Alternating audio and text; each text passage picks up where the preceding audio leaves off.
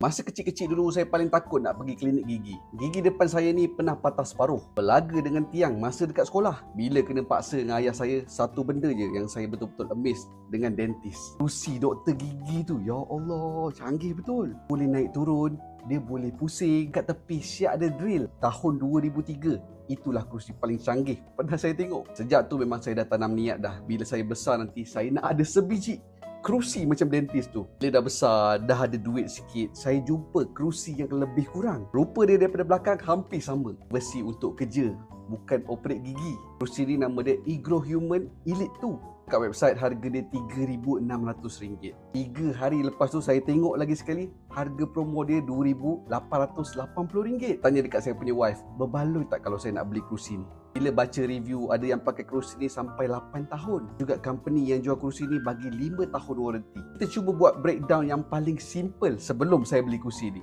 Harga kerusi RM2,880 bahagikan pula dengan 5 tahun. Bermaksud setahun lebih kurang RM576. Kalau saya bahagikan dengan sebulan pula, RM48. Kalau bahagikan dengan sehari, RM1.60.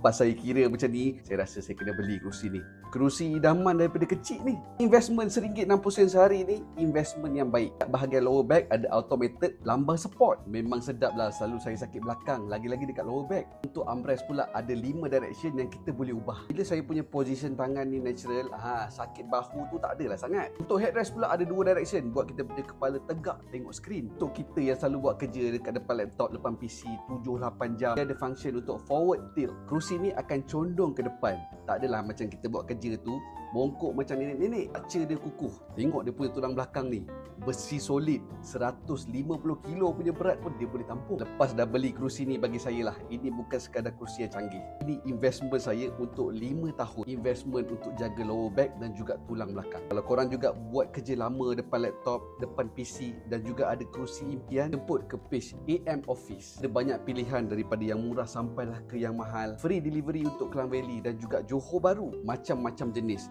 Bajet tinggi boleh dapat yang canggih. Perlu lagi nak beli kerusi doktor gigi.